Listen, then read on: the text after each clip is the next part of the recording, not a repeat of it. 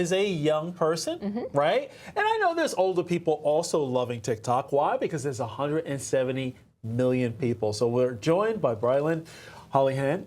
He's a co-chair for the RNC Youth Advisory Council and the author of One Generation Away. Welcome. Good morning, guys. Happy Wednesday and Happy New Year to you. I appreciate you having me back. You Likewise. too. So the news that Musk could buy TikTok isn't really a shock here, considering Musk is so close to President-elect Donald Trump. Many saying acquiring TikTok would be, quote, golden for Musk and X. What are your thoughts about it?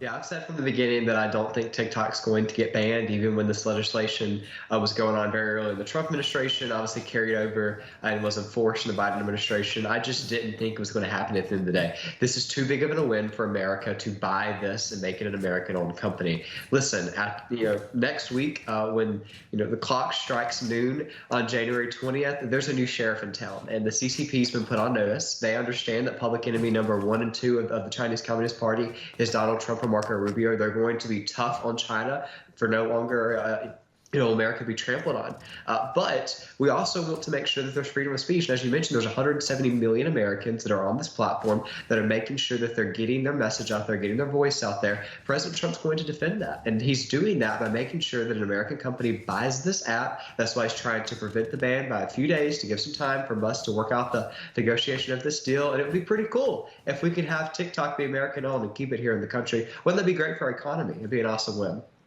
Brilyn, I'm so excited you're on our program because I actually don't know where I stand on this issue, because what the Supreme Court is balancing is national security versus First Amendment rights. But of course, TikTok is a foreign entity, so not protected by First Amendment rights. And I personally don't have TikTok. I'm concerned about the CCP influence. Do you think, though, being on TikTok is important for Republicans?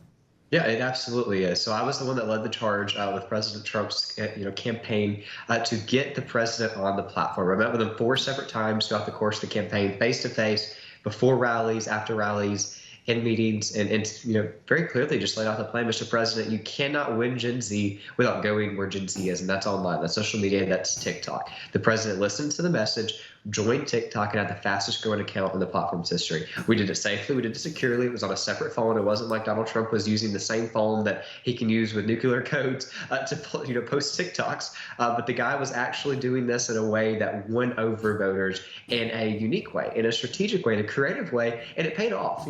President Trump won this election and was able to achieve the greatest comeback in political history because of young Americans. He's not forgetting young Americans now. This platform is obviously very important to them. And one more point that I want to make that a lot of people aren't talking about in the media today is a headline I saw yesterday in Axios that says that Donald Trump's appointed the youngest cabinet since H.W. Bush. The average age of the cabinet officials for President Trump is 54 years old. Donald Trump's actively bringing down, this average age in a city where basically it was a retirement home up until a few years ago. President Trump's caring about young Americans. This TikTok ban prevention, trying to get it owned by an American company, is another example of that.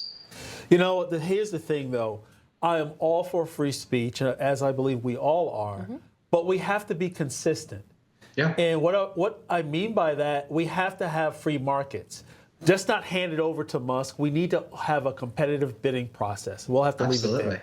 Brilyn Hollyhand, as always, thank you so much for joining us this morning. Thank you all. Have a great rest of your week and happy early inauguration. Yes. Absolutely. First Edition will be right back.